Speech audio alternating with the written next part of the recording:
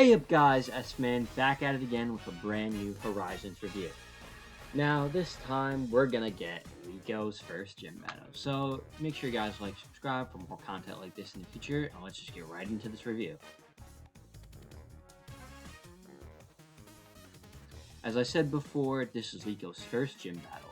Established last episode, Liko will have to fight Katy, so they head to her town and notice it is a paradise for bug Pokemon. I like the detail of Dot is the one who notices this and even points out that it's because she is a bug type gym leader that potentially all the bug types are from around the region that live here find a safe haven in this place. This then leads into Liko, Roy, Dot, and all the Pokemon heading to Katy's bakery after Coco and Roy smell some good treats. They head to the bakery and get some nice treats. And it's actually cool seeing the design of these treats being inspired by bug type Pokemon. I also like the little details among the dynamics of all Pokemon. Coco and Wattrel refuse to share their food, while Quaxley and Tinkatink share, and Liko shares with her Pokemon. Then we get to see Murdoch again, which he reveals that while the ship is under repairs, he decided to get a part-time job to help the crew earn some extra money. So he's been working here for the meantime. And I'm happy I was right about seeing Murdoch this episode.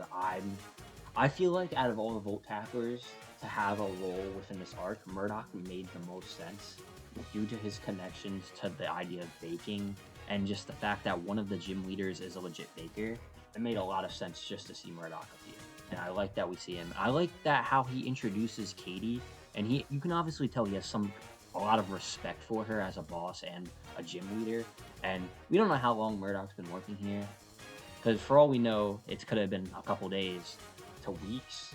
Because we don't know how long technically it would have taken Liko, Roy, and Dot to arrive to the town, because it is close to Mesagoza. But as we've seen in anime before, that the length between certain routes takes a lot longer than it should be game-wise. But yeah, Murdoch reunites with the kids and he even mentions Dot's new outfit. And I like that little detail that she gets flustered and says Molly helped her pick it out because Molly has a great sense of fashion. Then we see, yet again, Coral calls a ruckus over sweets. And I love that it's a little callback to the episode a couple weeks ago when she did the same exact thing after they sold out. I love that Liko, Roy, and Dot stick to calling her Sandwich when they were gonna straight up say her name. I just love that detail. I also like the fact that Murdoch realizes it's her immediately and they say, oh yeah, the explorers are doing something in the Terastallization Academy, but they don't know yet, so they don't want to act. That's a good point to bring out. Also, just Coral in this episode was incredible. I want to bring it out now.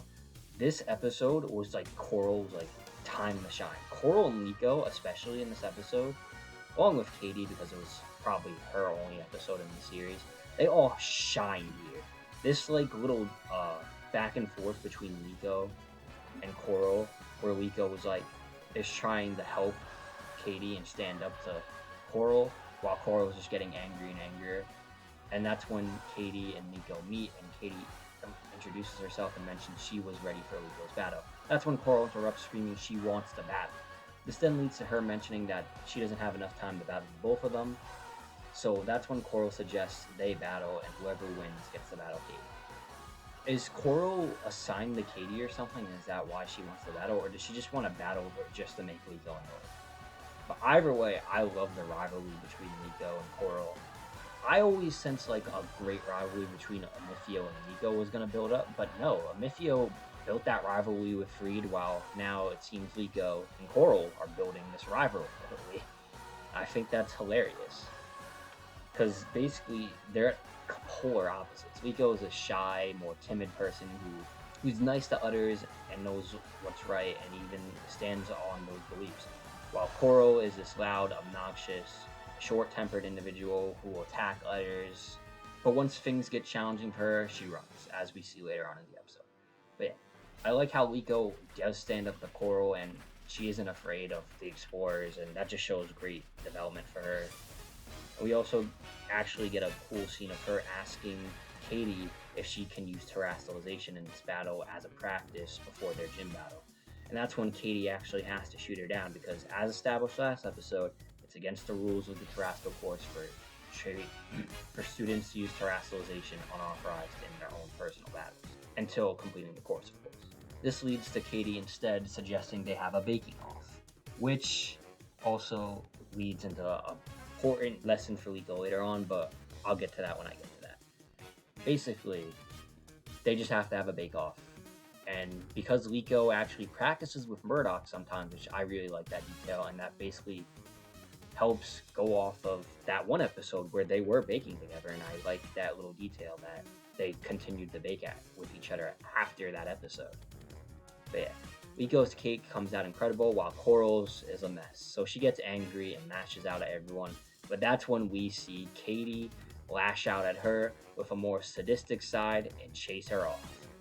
Now, I like this because, as established earlier in this episode, Murdoch was talking about how Katy has a both sweet side and a more intense side that tends to come out during battles. And this even relates to Katy herself and her fascination with bug-type Pokemon, even mentioning that bug-type Pokemon are cute on the outside while ferocious on the inside. Katy's cute on the outside and continues to act cute, but when it gets rough, she gets intense. Now after this, Katy actually tells Liko to try her cake, which she likes it. That's when Katy mentions that Liko was able to perform this with little practice. So throughout the episode earlier on, we actually have an establishment of Liko was actually kind of afraid to use Terastallization for the first time, feeling like she's gonna mess up and lose the battle, not knowing how to use it well. So Katy having them make the cake was an entire test for that. Liko has had little experience making cakes, with really it only being with Murdoch a couple of times in the kitchen, just for fun. But her cake came out incredible according to her. So that's what Katy wanted to show her, that you don't need practice. As long as you put your heart into it, you're gonna come out successful. And I love that detail. That just fits this entire episode and just teaches these kids a lesson. They may not have enough strength or experience to be working towards the goals they have, but as long as they put their hearts into it, they can achieve it. And that's what I really hope comes out of this whole Terastal arc. Besides them obviously getting physically stronger, I hope we see them learn more lessons like this that trainers should know. And I just love this little idea of the episode. This part of the episode really makes it. But then we lead into the battle, where Liko gets absolutely dominated at the beginning.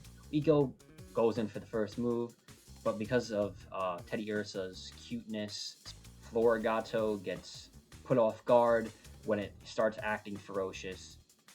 We see actually Katy use moves like Charm to lower Florigato's attacks and just stop it in its tracks, then let off a ferocious slash.